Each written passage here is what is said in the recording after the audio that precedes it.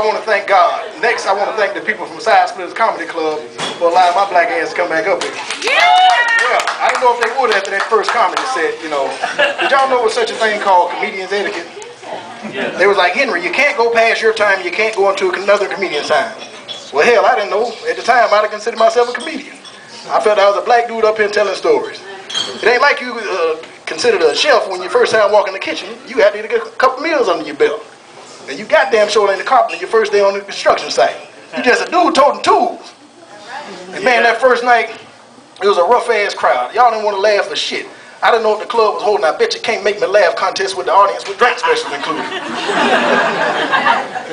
But I was prepared mentally and physically to get you bitches to laugh.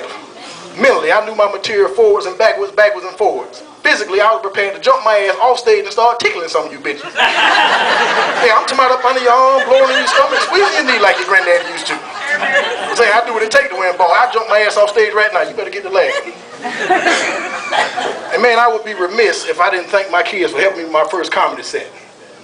I sat their ass down in the living room, grabbed the microphone from Rock Band, did my performance. When I was done, my oldest daughter stood up, looked me right in the eye. She said, Dad, we got kids in our school funner than you. So I looked their ass right back in the eye and said, baby, I bet they ain't putting a roof over your head or food in your mouth. So unless your ass want to sleep on the hammock hungry, you better get to laughing. Yeah, I was real hilarious after that point. Matter of fact, every time my baby's stomach would growl, she would laugh at me. Ooh, Daddy! Goddamn right. Henry T. I'm a young man with an old ass name. Seemed like I ought to be able to do one or two things real well. Either season some meat, yeah, they'll take the meat right over Mr. Henry. Or tell a good ass story. I'm gonna let y'all in on a little secret right now. I can't season the goddamn thing. So now I would tell y'all about the time I was a little kid in Camilla, Georgia. I used to go up there every summer with my cousins, and it was something big coming on HBO that night. I mean, it had to happen. You had to see it. Everybody was talking about the shit all day long. And the cousin that I was staying with, they didn't have HBO. So my cousin said, hey man, don't worry about it. We're gonna watch that movie. We're gonna go over there to Poochie Mama house. And she got HBO, she'll let us watch it. I said, well, goddamn it, let's go to Poochie Mama house. So we get over to Poochie Mama house, and a couple things struck me as being odd. First, the lights was on, and roaches was out. I mean, they wasn't running around or anything, they were just out. Like they hadn't paid their portion of the rent and was entitled to hang out in the common area. We had roaches in neighbors, but when you cut them lights on, the roaches got to where they needed to be. Just bring a date over there if you want to and turn them lights on, your ass will be embarrassed. So I used to stop my date and say, hey, hold on a second, babe, hold on. I'm going here and see if my mom and dad are decent. That shit was half true, because it's something about when a black man pays his mortgage, he feel he can walk around with his shirt off and drawers on. So after I checked to make sure my daddy was straight, I cut them lights on, get them roaches 30, 35 seconds, do their best David Copperfield impersonation. But it was always this one roach that would be like the slow-ass kid playing hide-and-go-seek. They can think of a million places, can't think of nothing, so he's sitting there running in place and get mad when you tag his ass. 9, 10.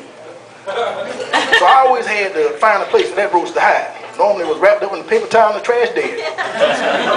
So all it takes is one to embarrass your ass. So we go in Poochie's mama's kitchen, and there was so much boric acid in the kitchen, I thought somebody had unspilled flour.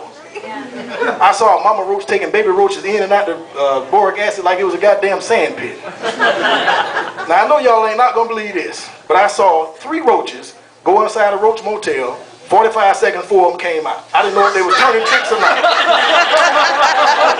And then she got the nerve to offer us something to eat. Can I offer y'all something to eat, baby? I'm like, yeah, you can offer, but I ain't even need a goddamn plate. No, ma'am. So now it's time for the movie to start. So imagine 8 or 9 little musty-ass black boys. I mean, we funky as hell, been playing hard all day long.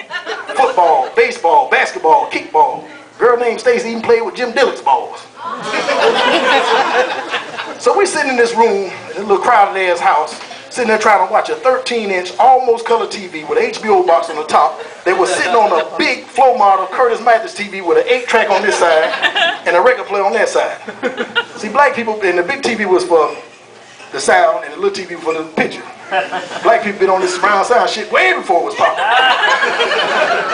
Now the lady that owned the house was a heavy-set, dark-skinned woman with a sundress on, a couple holes in it, footies with the pink ball on the back.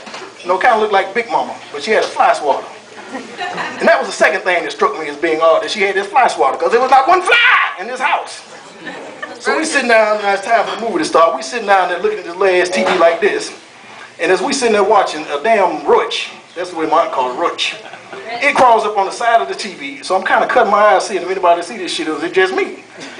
So he gets his ass on top of the HBO box and jumps as if it's his last attempt to qualify for the Winter Olympics. He just...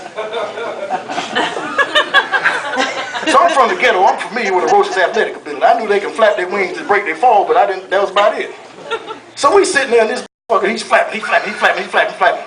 So now he's descending, he's flapping, he's flapping, flapping. He's like, oh, I'm like, oh shit, this roach, goddamn, he's accelerating, he's damn picking up altitude. I'm like, oh shit, this roach can fly.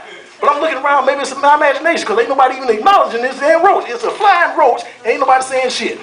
So now I got a decision to make, because I'm writing this roach's flight path. Do I let this imaginary roach, because ain't nobody else seen it, does it hit me in the forehead, or do I duck?